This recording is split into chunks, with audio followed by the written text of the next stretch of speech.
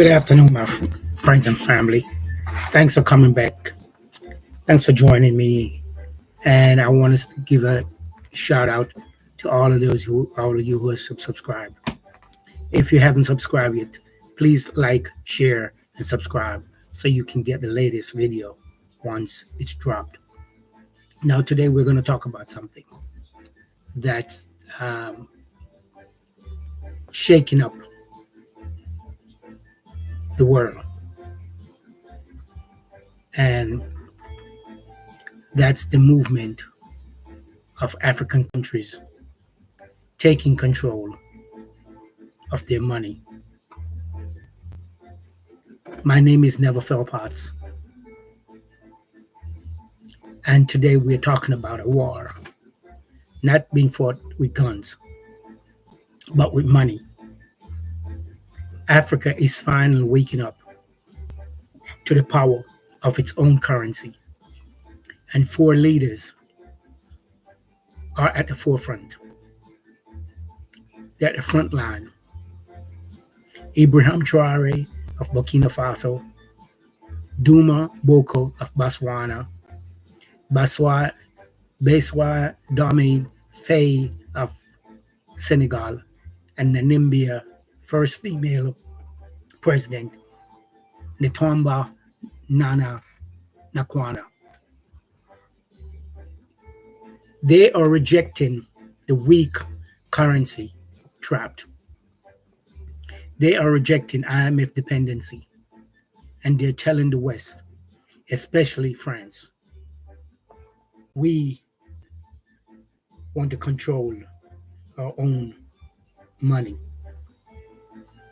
And guess what? The first casualty of these new government is already being felt in Paris. France is now facing a budget problem it never thought it would have. Let's break it down. For decades, African currency were kept weak on a purpose. The West was told that this was good for competitiveness. Translation, they could buy our gold, oil, cocoa, and diamond cheap. The CFA system tied 14 African countries to France, to the French treasury. That meant that France controlled African money supply, reserve interest rate, and every year billions in African wealth flow back to France. Now leaders are saying enough. Ibrahim Traore is pushing for Burkina Faso to refine its own gold, build its own economy base, and keep the profit at home. Duma Boko of Botswana is protecting the Puna strength. That's the Botswana money. It's called PULA, Pluma strength, and stable. Faye Bassine Faye in Senegal has promised to ditch the CFA franc altogether. And Nana Nakuma in Namibia says her people must benefit from Namibia's resource, not foreign banks. So slowly, African countries are waking up, and Europe is starting to feel the pressure. A strong African currency will change everything. Imports cost less, meaning Africa can buy technology and machineries, medicines for cheap. Foreign debts become easy to pay because the dollar or the euro debt shrink in real time. People will have more purchasing power, which build domestic market instead of just exporting raw material. But here's the problem for France. If African countries get stronger, the West can't get our resource for pennies anymore. Cocoa, uranium, oil, and gold suddenly cost real money, and that means less profit for Western corporation and less money flowing to Paris. So France is already feeling the pressure. 3.3 billion, 3.3 trillion euros. The budget deficit is over 5% of the GDP, and the EU wants them to slash spending fast. For decades, African resource and the CFA franc system give France a hidden cushion.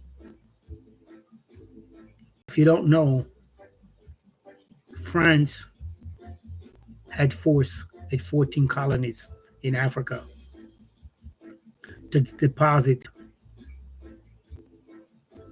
no less than 50% of their foreign exchange into the French treasury. They didn't pay them any interest on the money. And if they want that money, they have to borrow it at a high interest rate.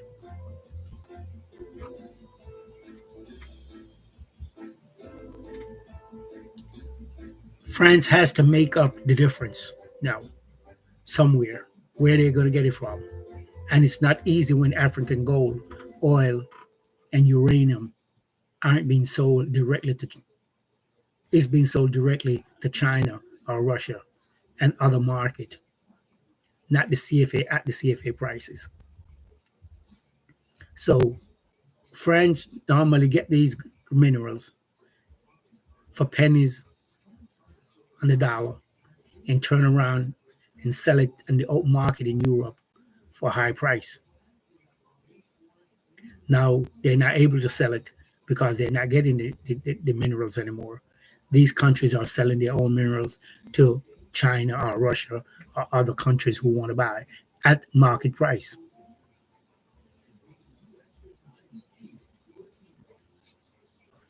Right now, France is looking more like European, a regular European economy, struggling to pay its own bills.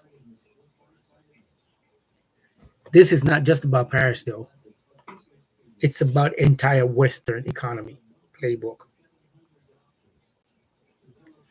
If you follow the news recently, the IMF sent a strong letter to Ghana saying Ghana should not pump foreign exchange into its economy because it's weakening the dollar.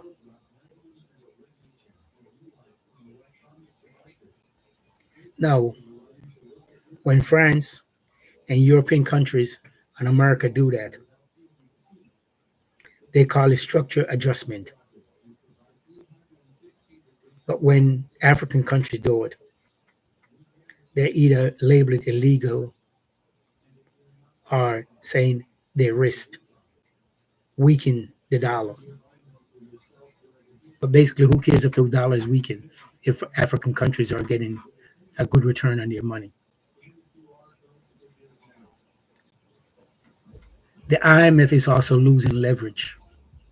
World Bank lost its biggest debt client. Western companies have to compete with Russia and China now. And even Africans are buying and equal terms.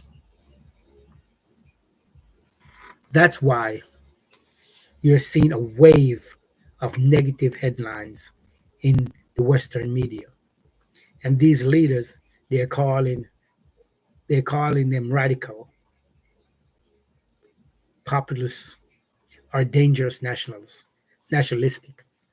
But really, they're just doing what every Western leader does for their own country to protect their economy and to protect their currency, protect their people. My friends, I'm going to ask you, please, if you like what I'm saying, please like and share this video and subscribe. So once we have new video, you'll be the first one to receive that. My name is Neville Philpotts, and this is the West Best Media. Don't just watch history happen. Be part of it. Talk about it.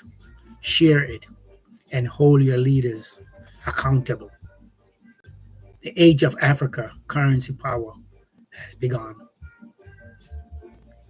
So let's keep the fire burning by sharing, commenting, and subscribing. Thank you. God bless you. Have a good day.